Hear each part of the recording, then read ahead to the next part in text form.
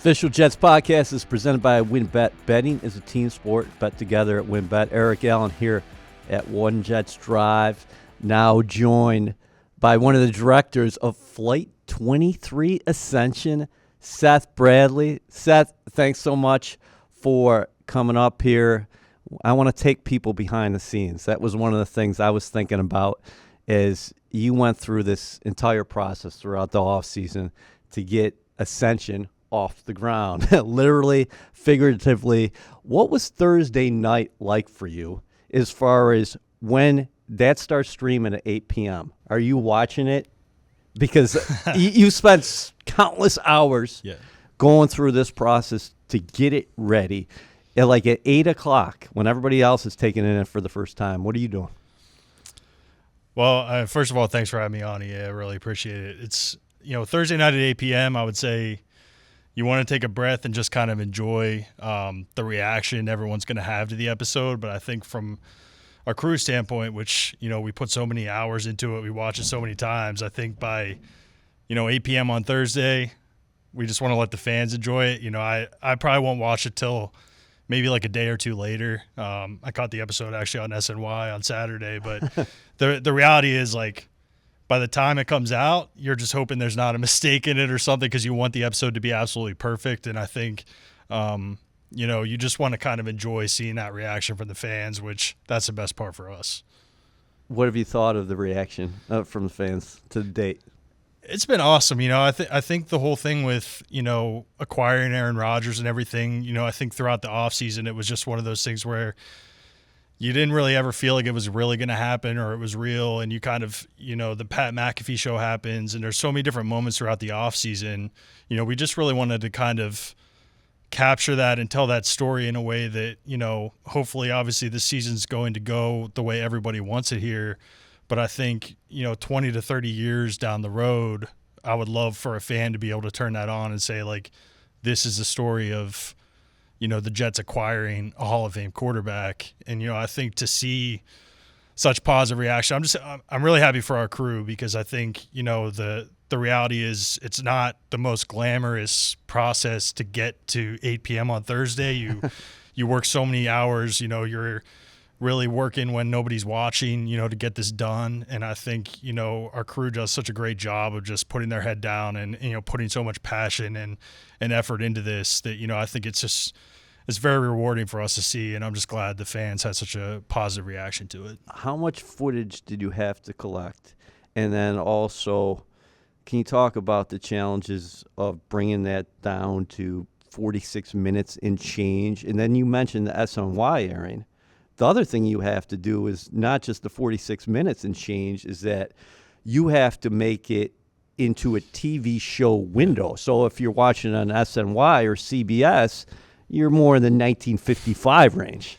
Yeah, one of our editors, Bobby Doherty, he's, one of the best in the business. He's the one back there cutting it up for, so many different platforms. And, he was here late on Friday, after the episode got out on Thursday, delivering it for SNY and CBS it runs as well. So, I think there's just like a lot of things people wouldn't see about, how that process even goes. But, I think, it's cool to see it, on the broadcast platform. I think, it's great what's happened with YouTube and, how crazy it goes. But when you turn on and you see the guide, it says it's going to be on SNY and they'll run it a ton in CBS as well.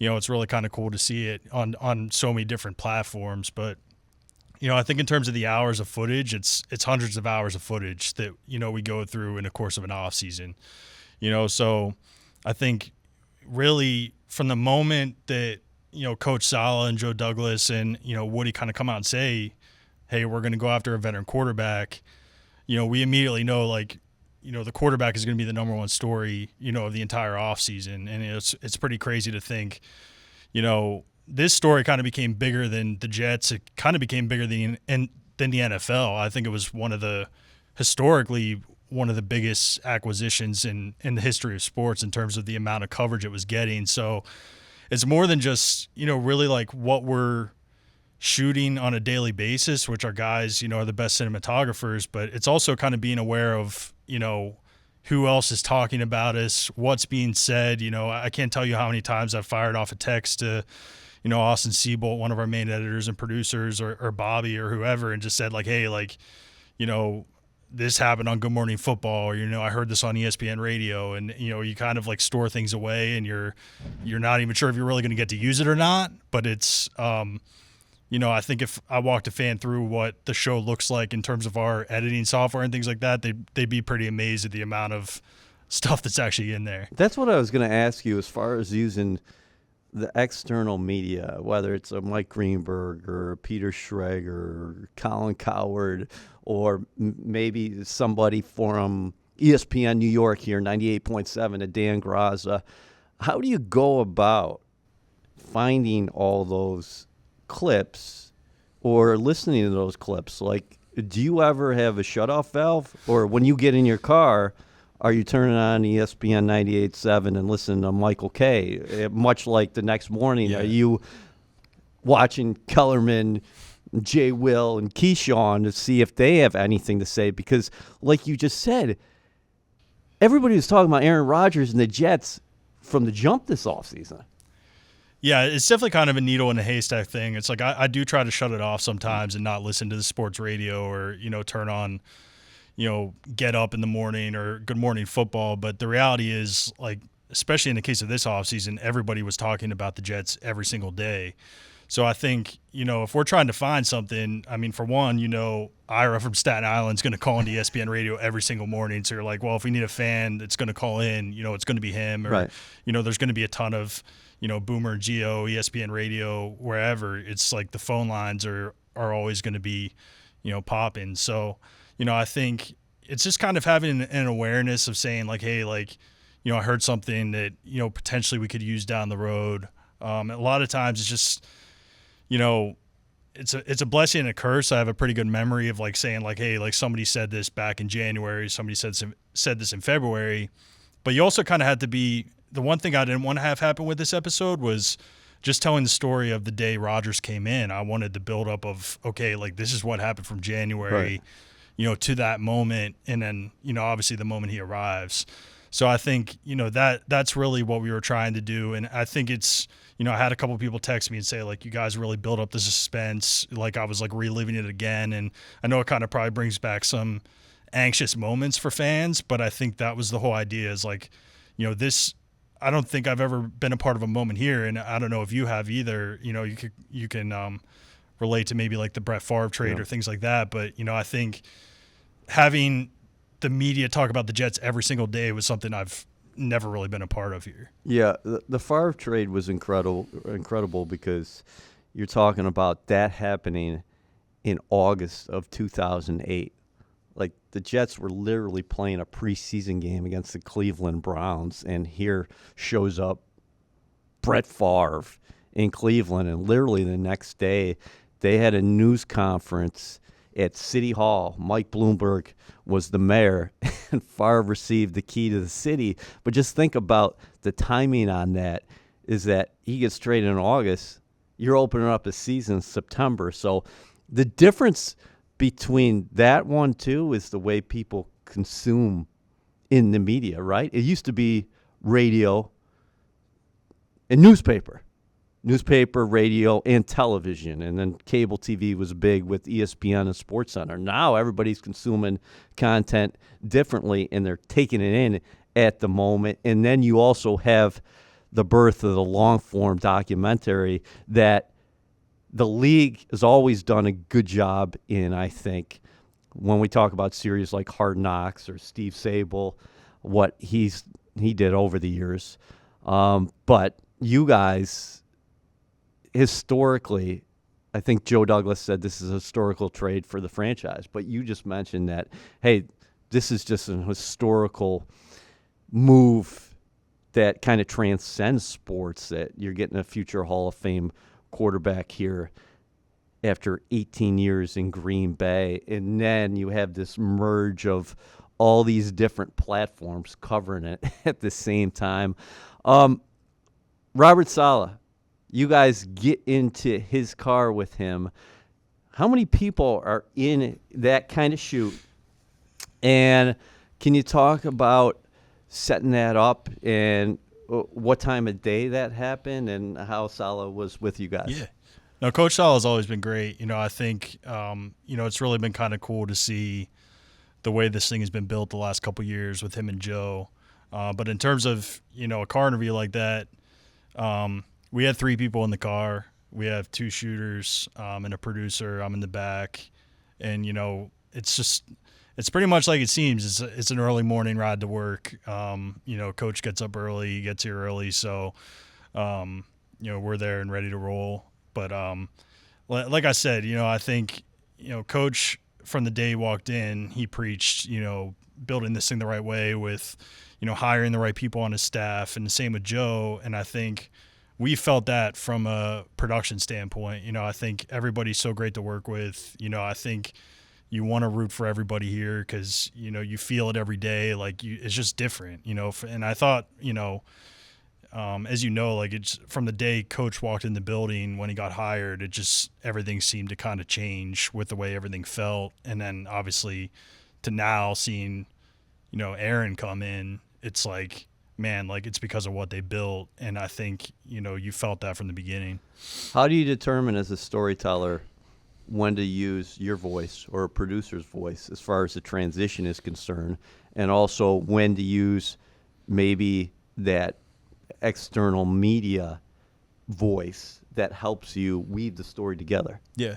No, I think it's a fine balance. I think sometimes when you're telling a story like this, you feel like, okay, like for the viewer to truly understand, where this message is coming from, you might need to hear the question, or you might need to hear a reporter question in a press conference, or it's just really kind of the art of storytelling. You kind of have to, pick and choose. Like, obviously, like in an ideal scenario, we might not use my voice at all, because we use narration, which Rich Eisen's narrating the show. But in some cases, it just, you feel like you need it. You feel like you need to, and to me, like car interviews in particular are like, I've always felt like they're some of the best access you can get to somebody, because I think like it's just a very intimate setting to kind of hear somebody's thoughts. And I think hearing Coach Saleh talk about Aaron Rodgers was, one of the unique parts of the production process for me, because I think when you're talking about somebody with an incredible defensive mind, that came up through the league ranks as a defensive coach and then a defensive coordinator in San Francisco, I think hearing him talk about what he sees when he, watches Aaron play is pretty special. And I wanted to make sure there was a moment in the show where you had a chance to hear, why, what Coach Saleh thinks about Aaron Rodgers and the way he plays the game. So I think with a producer question, sometimes you just need to put it in there to kind of say like, this really is going to set the scene, or it's going to be a dramatic bite in the show, or, but that's really how we get to that point.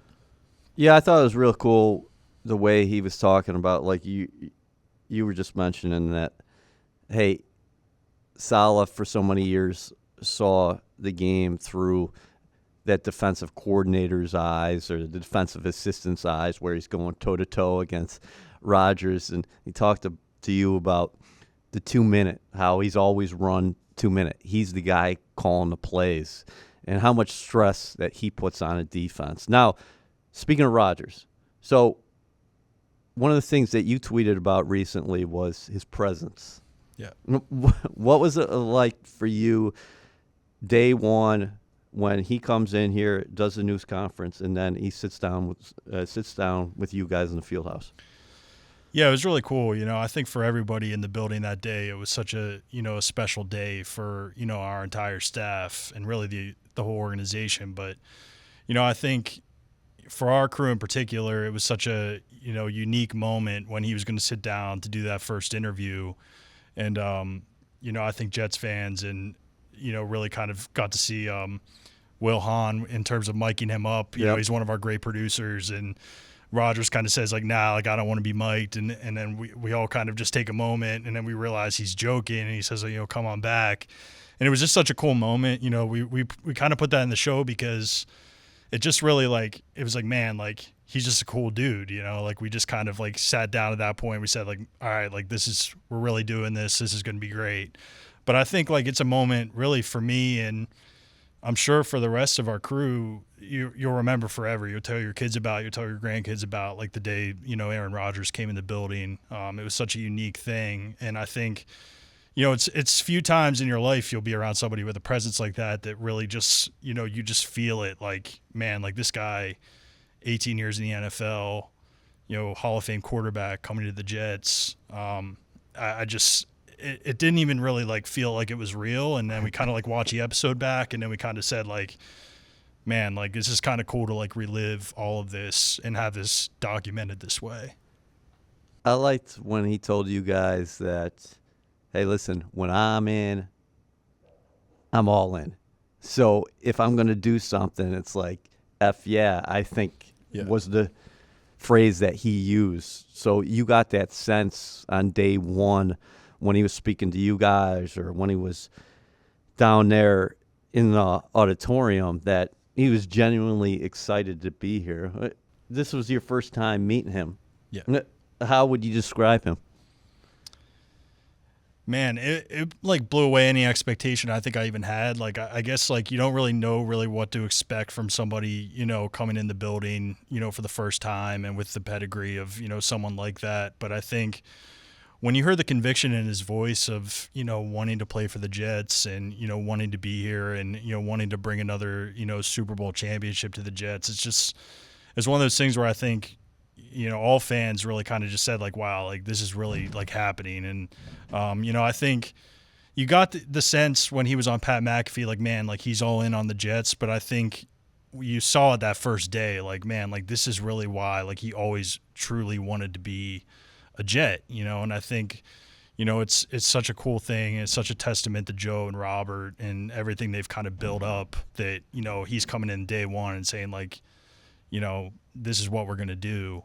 And I think fans really felt that during the press conference too. I think it was just such a unique day. I think it's a day I'll always remember, and I'm sure, everybody in the organization will. Can you talk about the genesis of adding a lot of fan generated content in there? Because there's a lot of people out there now who are running their own media sites per se, especially over social media. And with that being said, not only that, but can you talk about the genesis of Diehards? Yeah. Because you're bringing, I think, fans closer to the organization now. Yeah, I think, Jets fans in particular, it's like I've never been around a group quite like them. And, I think as the offseason kind of went on, I think we kind of knew with the Jets going after a quarterback, it was going to be a very unique offseason for the fans. I think in a normal offseason, there's so much hype around the team, and, Jets Twitter and, our fans are just always at a fever pitch. They always have so much optimism. And I think when we hit the offseason, it was like, man, like there's a real unique opportunity here to show some of this story through the eyes of a fan. And I think this Aaron Rodgers, pursuit is kind of embodies what this fan base is all about. It was kind of cool to see, different pinpoints of the offseason where they really kind of, the Pat McAfee interview and, different parts where, the Jets flying out to California is a day I'll never forget in terms of like the excitement and the build up to everything that was going on. Cause at that point in time, like no one really knew what was happening. It's like, hey, the Jets are going to fly out there, and it sends Twitter into a frenzy. So I think with, Flight 23, we've done a couple episodes of the Diehards, and that series will continue into the season, and we'll have an opportunity to showcase like a lot of unique fan personalities.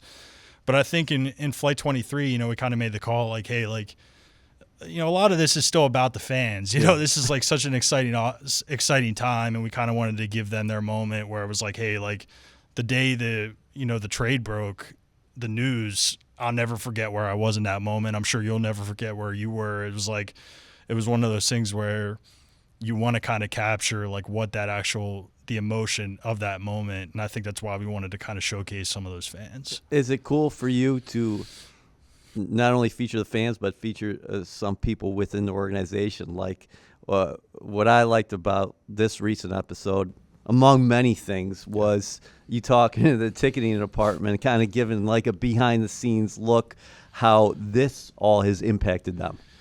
Yeah, it's like, as EA, it's, this organization regardless of how the team has been performing over the years, there's a ton of people that put everything they have into this organization every single day. And I think, it's been kind of cool to see just, the excitement in the building, with everything that's happened this offseason. You feel it in the building.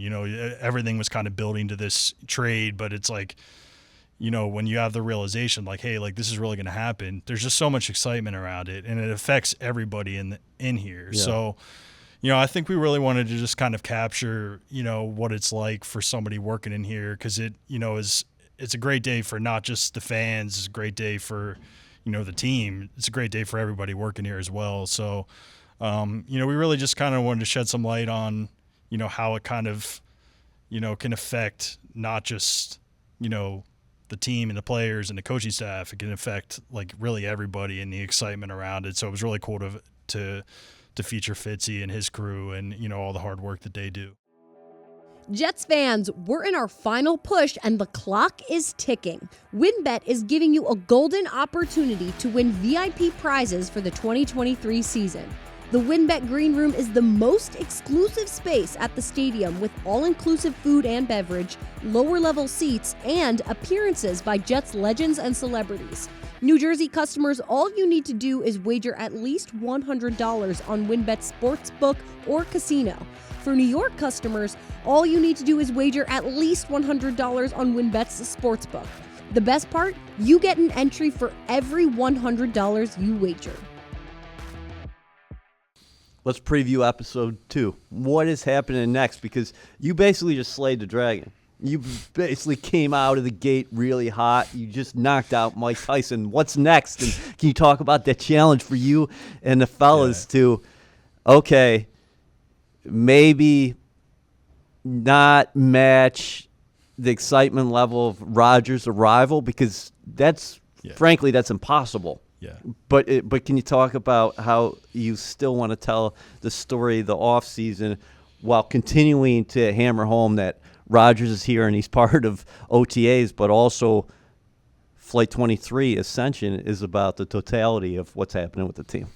Yeah, it's honestly a huge challenge. I mean, you just kind of summed it up. It's really hard to kind of, take a breath and say like, okay, like how are we going to match this or keep the momentum of the show going, because it is really a challenge when you think of a moment in history like that, documenting it. But I do think episode 2 is very unique, and a fan is going to really enjoy it, because it's going to focus on the draft, which I think as kind of everything was happening with, the Aaron Rodgers trade, we were still documenting in the draft meetings. We were still, had a bunch of cameras in the draft room on draft night.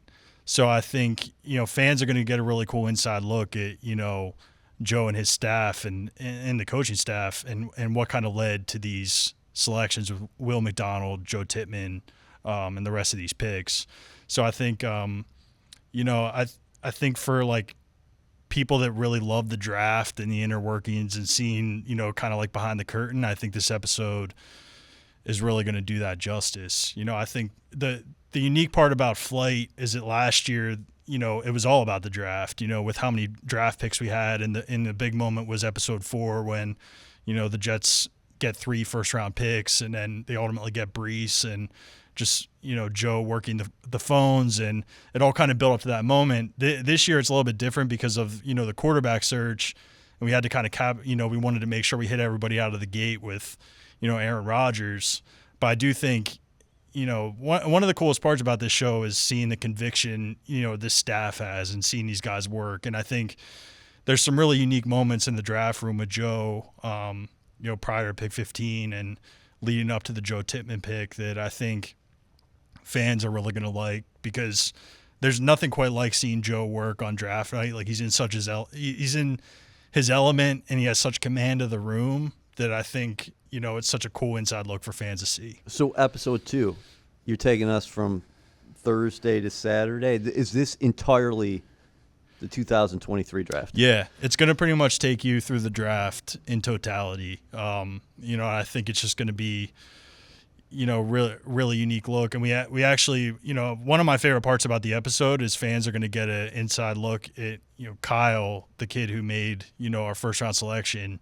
The day he did the press conference here, he met a ton of the staff, and he was in the building, and I think fans are going to get a really unique look at who he is as a person and, his family. And I think that's, going to be, it's just kind of, the drama of the draft and everything like that. It really provides perspective of, what's, important in life, and, taking a moment to kind of learn who he is as a person before he made that pick, and I think it's kind of cool to see everything come full circle, because then you see Will at his house, watching Kyle make the pick, and there's some really cool moments in this episode. I think fans will get a really unique look, and I think for me personally, as someone that grew up loving the draft, I mean, seeing what is said in kind of draft meetings and the build up to it is, one of the coolest parts of the process for us. And credit to Joe and his staff for kind of being comfortable with,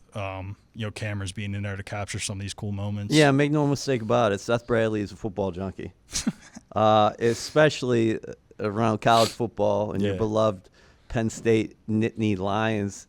How cool is that for you when either you or one of the guys or a few of the guys are in that room listening to Joe, the coaching staff, all the scouts, all the evaluators discuss position groups and certain players, because the game inside and out, but just to hear the way the process works, how much do you enjoy it? And how tough is it for you to be like, oh, man, wow, that was really great sound, but we can't include that in there.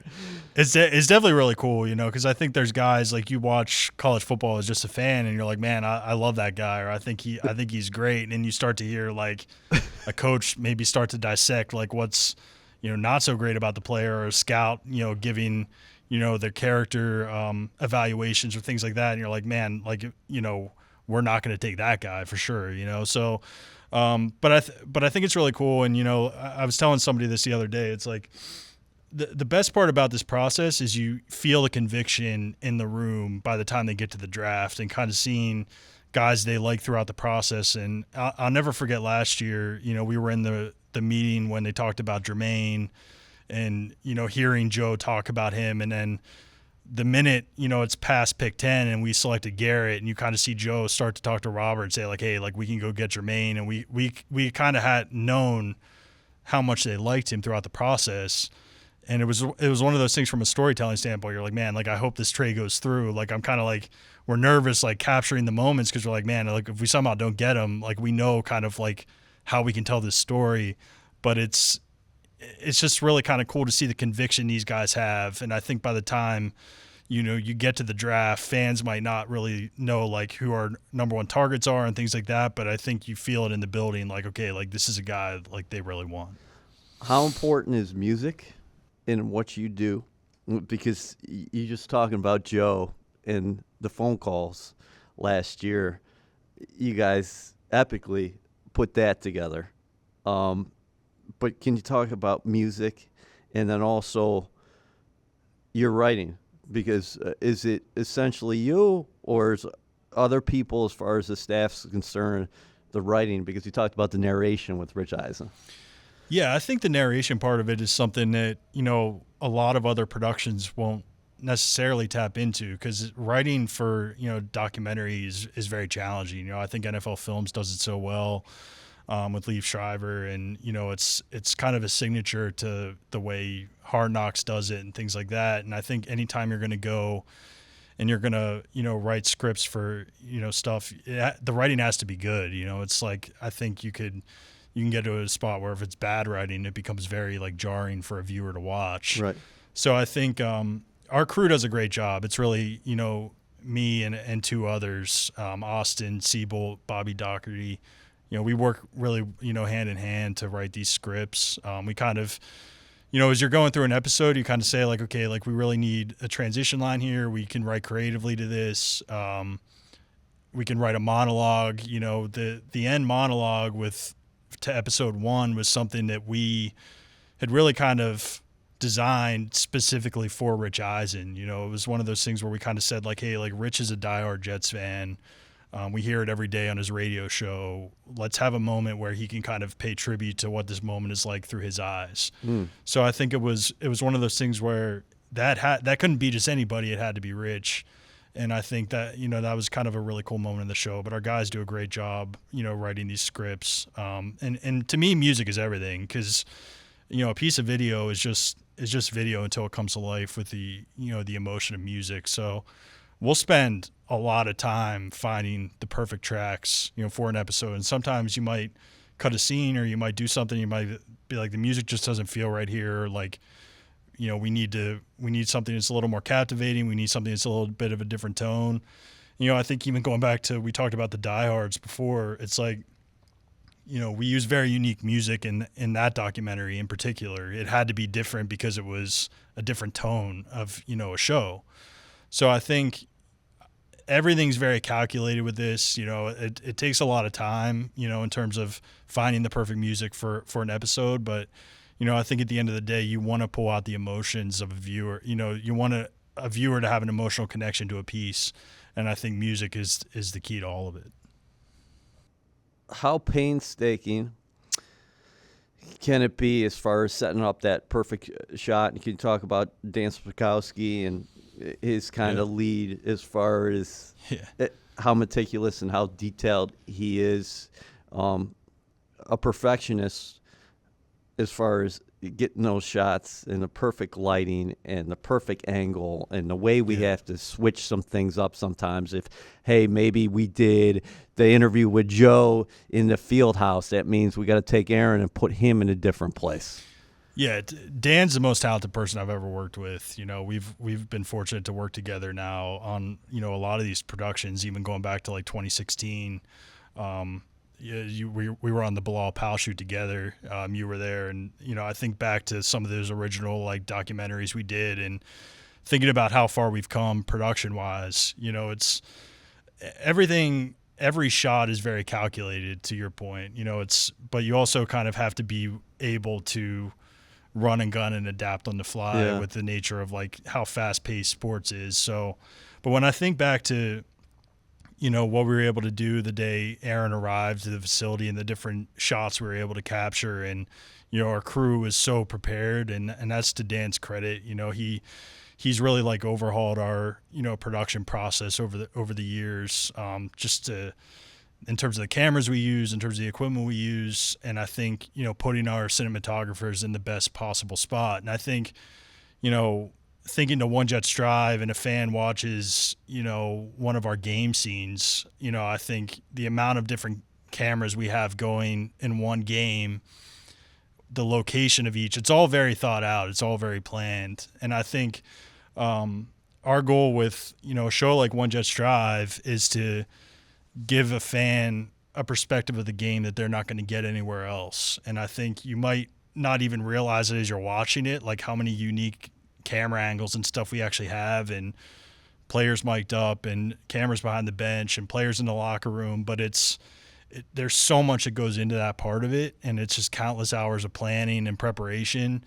And I think but at the end of the day too, you also have to have incredible talent in the building to kind of to pull this all off. And our crew, like I said, is the best there is. It's like, I think, if somebody looks at a production like Hard Knocks and they look at the credits at the end, they're going to see probably, over 100 people in the credits, maybe more. But with our crew, it's, 7 or 8 people that are really, punching above their weight every single day to make this happen. And, you might go from one shoot to another on a moment's notice. You might only have 20 minutes to prepare for a shoot, but our goal all the time is to have everyone ready for, whatever occurs, and to do it to the best, the highest possible production quality. So, I think when you look at our productions over the years, they've obviously like steadily improved, and, we've been, more and more prepared for everything. But I think, obviously, you said it, to Dan's credit, like we've really, to me, like we want to set the standard across the league in terms of what we're doing. And I think this production in particular does that. Do you think about how far you've come and how far the group has come? Like, you've been a Jet since 16, and maybe give a backstory as far as how the long form was introduced here. Yeah, this will be my 10th season with the Jets coming up, and I think the first couple years it was heavy focus on short form media. Yeah, and I think you know, come like 2016, you know, Chris Gargano was our executive producer at the time, and he really kind of, you know, said like, we need to try to tell the stories of who these guys are off the field and under the helmet. And, you know, that's growing up, you know, my dream was to produce, you know, sports documentaries. I love 30 for 30s. I love, you know, ESPN films, you know, really Hard Knocks, everything. And I think it was just, you know, one of those things where like once we kind of opened that can of worms, like we were going to go down this path, it was, you know, I think it really helped build the brand of the organization. You know, I was trying to tell somebody this the other day, and they were wondering why like we flashed back to Joe and Robert's like first days as a Jet in this past episode and things like that. And I was like, well, the story didn't start with Rodgers. It started, you know, a couple years ago. And I think if you go through even what One Jets Drive is, you know, for the past 5 or 6 seasons, you kind of see the beginnings of the story.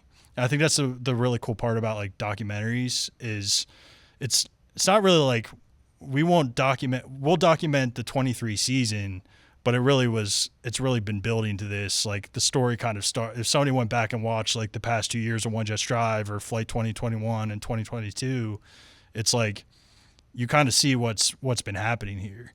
And I think that's kind of the cool thing is, you know, we get an opportunity to tell these stories. And, you know, I really like my goal with 1JD Films was to create like a 30 for 30 style umbrella here that, you know, allowed us to tell, you know, do more than just One Jets Drive, do more than Flight. And we have some really unique stories coming out around the Hall of Fame and Breece Hall's, you know, road to recovery and things like that. So, and the Diehards, as you mentioned. So there's just a lot coming. And, you know, I think, you know, it's, for me, growing up a sports fan, this has been a dream for me to like be able to kind of like tell these stories and help this organization kind of, you know, build this brand. Give us a timetable on the Breece recovery episode. Yeah. Because that's something new. Yeah. We haven't done that prior as far as an organization, as far as a content group to kind of chronicle somebody's rehab process.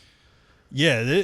This project is probably the one I'm most excited about that we've ever done here because I think fans are going to get a really unique look at, you know, a recovery. And it's not just – it's months and months of shooting by our crew. You know, it's a credit to Breece, who honestly, like we approached him, you know, in the season and we said kind of like, hey, would you be open to us kind of like documenting your recovery? And he said, yeah. And it really kind of started from there. You have to have buy-in from the player, but then you also have to have buy-in from the staff, you know. So Dave Zuffaletto, you know, his crew downstairs, the training staff has been all in on us kind of showing Breece coming back. And it's going to be a documentary that, you know, comes out when he returns to the field because we need to be able to tell the story fully. Yeah. But I think, you know, fans are going to it's just going to be more access than they've probably ever seen in terms of what it's like, you know, the long days. You know, a rehab session lasts, you know, usually around like 3 hours and our crew will be in there the entire time. You capture the struggle, you capture, you know, the moments, but we're also going to tell Breece's story. You know, I think that's the cool part is it's not just going to be the rehab, it's going to be who he is as a player. And obviously we saw, you know, how great of a player Breece, you know, is and can be in the league last year. And I think everyone was so devastated when he went down, but I think seeing his road back, I think is going to be something very special for fans. All right.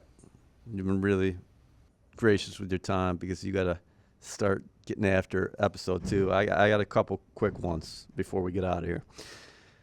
A lot of people are very interested in what you guys are doing right now, from the long form, the documentary style content, and what an elite level this is produced at. And they're very interested as far as college kids or high school kids and saying, well, I want to get into that kind of industry. I want to get involved in production. With ever-changing content world, what kind of advice do you give people who are in college right now? And maybe can you shed some light on your background and how it helped you get to this point? Yeah. So I graduated from Penn State in 2008 and didn't really know what direction my career was going to go. Was fortunate to, get hired by Guido D'Elia, who, at Penn State, he's the whiteout guru. He's kind of like the marketing genius behind all of that.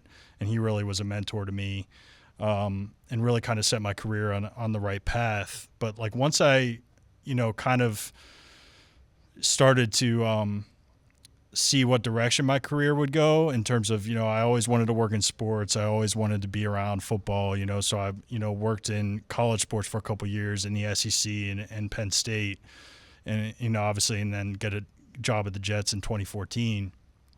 I think for anybody that's coming out of college and, looking for what's next, I think it's important to be open-minded. It's important to learn as much as you can. It's important to, not necessarily be focused on where you're working, but what you're doing. I think there's a lot, I worked for a lot of like smaller companies, prior to the Jets. And I think that's an important part of it is I think you can be like, I want to work for NFL Films or I want to work for ESPN, but you might be a small fish in a big pond there. You might not necessarily be like learning all the skills you need to do it. So I always tell people like, look at what a job description is for, a position you might want 5 or 6 years down the road and start to kind of think about the skills you're learning, so by the time you get to a spot where you want to apply somewhere that you can be doing that job, you have all the necessary tools to do it. I think, first and foremost here is like, we're looking for,